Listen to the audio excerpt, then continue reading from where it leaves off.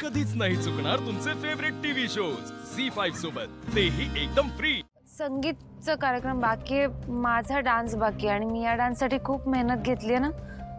करूया, माझा डान्स आहे, बोल ना। हो हो हो सांगतो। हाँ चला तुम्ही सगळे प्लीज बसा, प्लीज।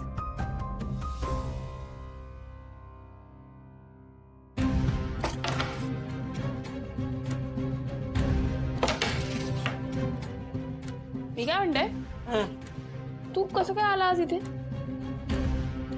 हे काय कॅरम खेळायला? उगाच काही बोलू नको, खेळायला आला नाहीयेस एवढं तर कळतंय। कळतंय ना? मग काय करायचंय आपण?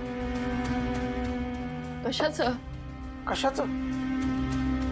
अरे तिथे त्याचं संगीत चाललंय, उद्या लग्न लागेल, काय करणार आहोत आपण?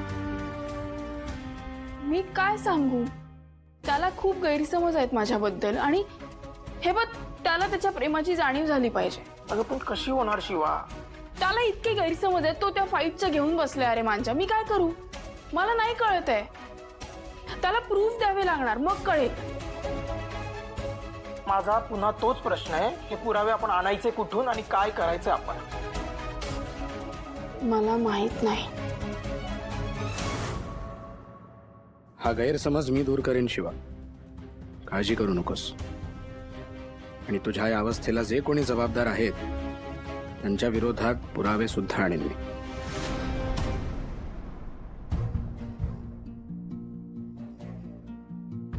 आशू, तुला खरंच शिवाची अजिबात आठवण येत नाहीये?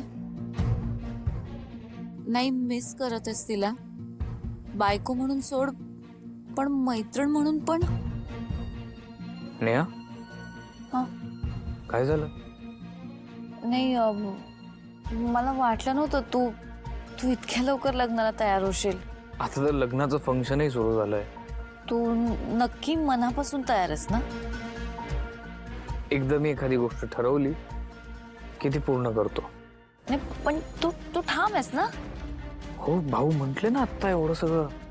नाही, हे माझ्या प्रश्नाचं उत्तर नाहीये। हो,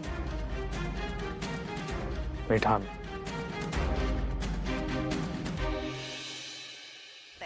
ज्यांच्यासाठी हा सगळा सोहळा आहे, ज्यांच्यासाठी ही सगळी तयारी आहे, आता परफॉर्मन्स आहे त्या कपलचा, जे कपल सगळ्यात बेस्ट आहे, जी जोडी सगळ्यात सुंदर आहे। कोण आहे ती जोडी? ऑफकोर्स आशू आणि नेहा।